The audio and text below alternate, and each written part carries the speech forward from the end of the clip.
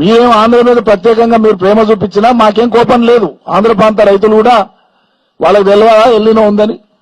ఒక మాట నేను అడుగుతున్నా.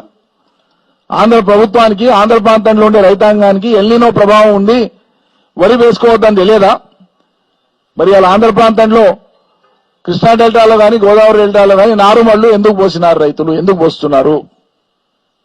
తెలంగాణ మంత్రులు జవాబు చెప్పండి. ఎల్లినో ప్రభావమే ఉంటే వరే వేసుకోవద్దనేది అయితే మరి నీ తర్వాత కిందికి పోవాలి కదా నీళ్లు. కింద ఉన్నోడేమో చాలా ఆరాంగా నమ్మకంగా నాకు ఎట్లా వస్తాయి నీళ్ళని వాడు నార్మల్ పోసుకొని తయారవుతున్నాడు. ఎందుకు? తెలివిలేకనా? అంటే వాళ్ళకి తెలుసు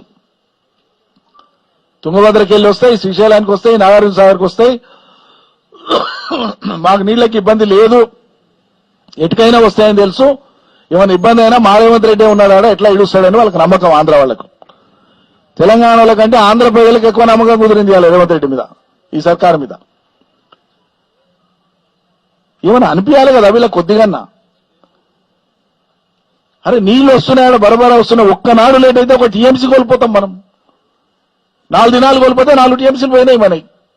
4 టీఎంసీలు అంటే 40,000 ఎకరాలకు నీళ్లు వస్తాయి. అవి నువ్వు ఇట్లా కళ్ళు మూసుకొని తెరిచే లోపల పోతాయి నీళ్లు. ఈ సోగి లేకపోతే ఎట్లా?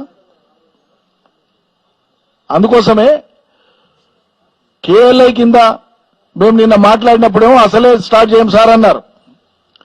ఆందోళనగా మారుతుంది, రైతులు ఎక్కడికక్కడ తయారవుతున్నారని గమనించి మేము ఇలా ఆత్మకూరుకు వస్తున్నాం, ఇది ఆందోళన కార్యక్రమాన్ని మేము ప్రకటిస్తాం ఇక్కడ అని చెప్పి వాళ్ళకి తెలుసు. కాబట్టి ఇలా పొద్దున ఆగమేఘాల మీద కేఎల్ఐ కింద ఒక్క పంపు స్టార్ట్ చేసింది. నేను ఇప్పుడే 10 నిమిషాల క్రితం ప్రెస్ మీట్ కంటే ముందు చీఫ్ ఇంజనీర్తో మాట్లాడినా. ఒక పంపు అయితే స్టార్ట్ అయింది సార్ అని పార్థసారథి గారు చీఫ్ ఇంజనీర్ అక్కడ కేఎల్ఐకి నాగర్కర్నూలు జిల్లాకు వస్తుంది.